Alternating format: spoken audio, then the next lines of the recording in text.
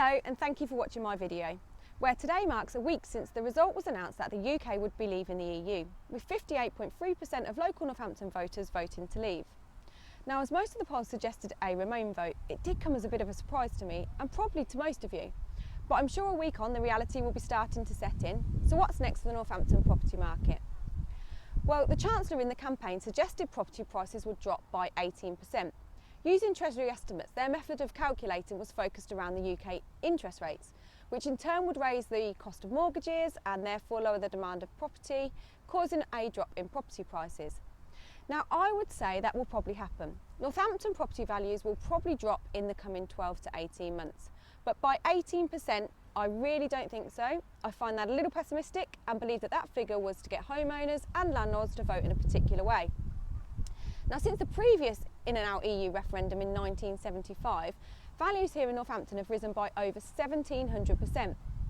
And whilst property prices did drop nationally by around 18% following the peak of 2007 and the bottom of the market of 2009, if we compare values today to the period before the financial crisis of 2008-2009, which was the worst global economic outlook since the 1930s, they're still up around 10%.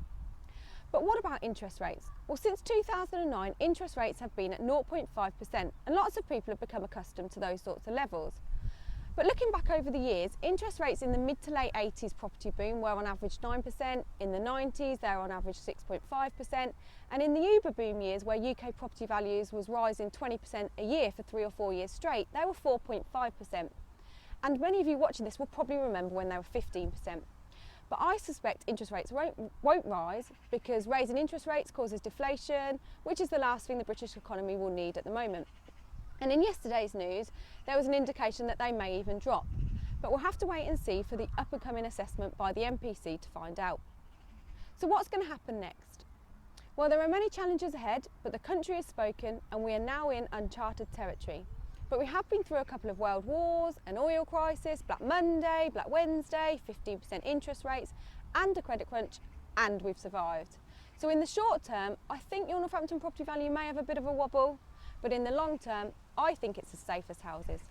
Now that's it from me today. I'm Catherine Bond from Northwood, Northampton, and if you want to see more of my videos about the Northampton property market, please feel free to follow our YouTube channel. Thanks for watching.